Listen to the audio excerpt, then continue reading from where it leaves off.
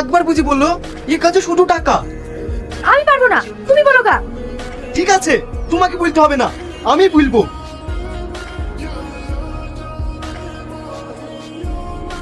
হ্যাঁ জামাই, কি ব্যবসার কথা বলবো বলছিলা বলো। আব্বা, আমার মাথায় একটা প্ল্যান আছে। এই ব্যবসায় শুধু টাকা, কোনো ইনভেস্ট করতে হবে না। আরে কাজটা কি সেটা তো বলো।